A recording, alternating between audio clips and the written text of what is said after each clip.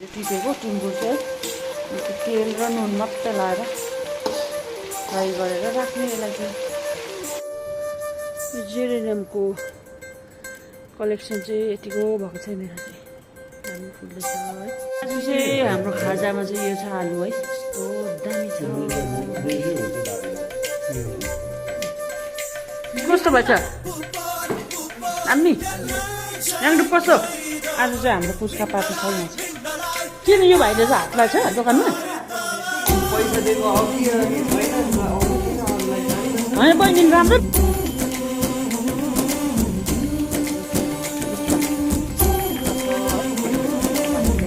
नसाङ चाहिँ हत्तु भएर आरामले